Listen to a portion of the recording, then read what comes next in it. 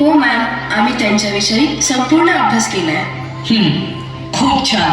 पण संपूर्ण आयुष्यभर त्यांच्या मागे खंबीरपणे उभ्या राहणाऱ्या त्यागमूर्ती म्हणजेच त्यांच्या पत्नी माता रमाबाई भीमराव आंबेडकर आज मी तुम्हाला त्यांच्याबद्दल सांगणार आहे.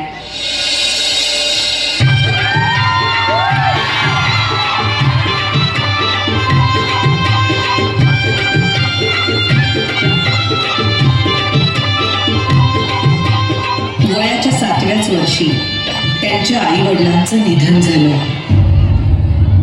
आणि घराची सर्व जबाबदारी त्यांच्या अंगावर पडली.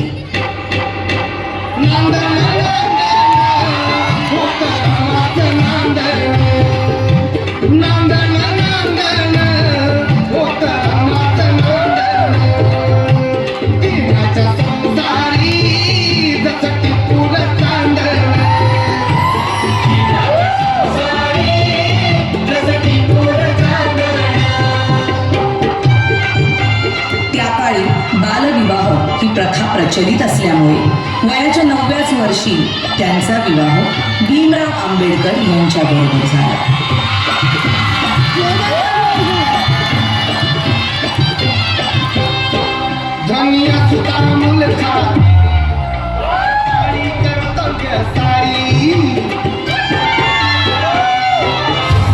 अगं, हे काय केलंस? एखाद्या वेळेस तू माझी काळजी घेतली नाहीस तरी चालेल, पण या पुस्तकांची काळजी तुला घेतलीच पाहिजे. मला माफ करा. जर तू शिकली असतीस तर तुला या पुस्तकांचं मोल कळलं असतं. आणि त्यानंतर बाबासाहेब आंबेडकरांच्या सांगण्यावरून रमाबाईंनी शिक्षण घेण्यास सुरुवात केली.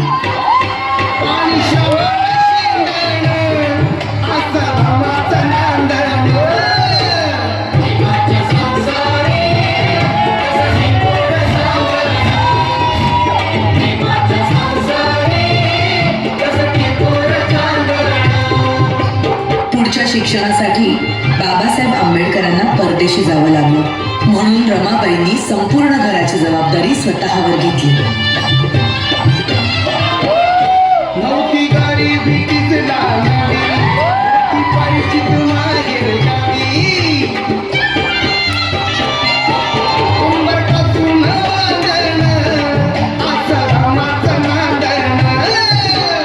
बॅरिस्टरची बायको शेण गोळा करते म्हणून लोक नावं ठेवतील या भीतीने रमाबाई रात्रीच्या काळोखात गवऱ्या थापायच्या आणि पहाट व्हायच्या आधी घरी निघून जायच्या.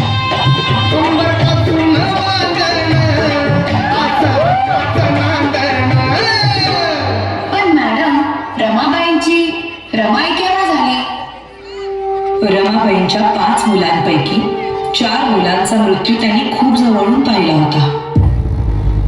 त्यानंतर लहान मुलांना उपाशी पोटी बघणं त्यांना कधीच सहन झालं नाही. अशाच एका वेळी भुकेल्या मुलांची दशा पाहुनी बांगड्या सोन्याच्या रमाईने दिल्या काढली आणि त्या दिवसानंतर सगळी मुलं रमाबाईंना रमाई बोलू लागली.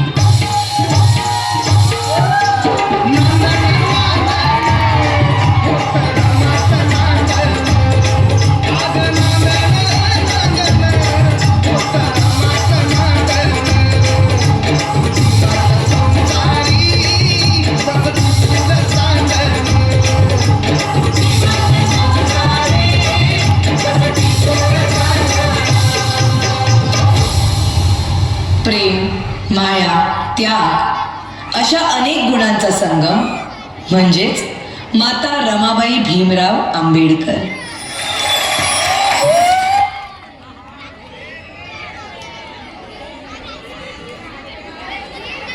जागृति, मुझे ये गाना देखकर एक शायरी याद आ रही है. ये नजरें ना होती, ये नजारा ना होता, ये नजरें ना होती,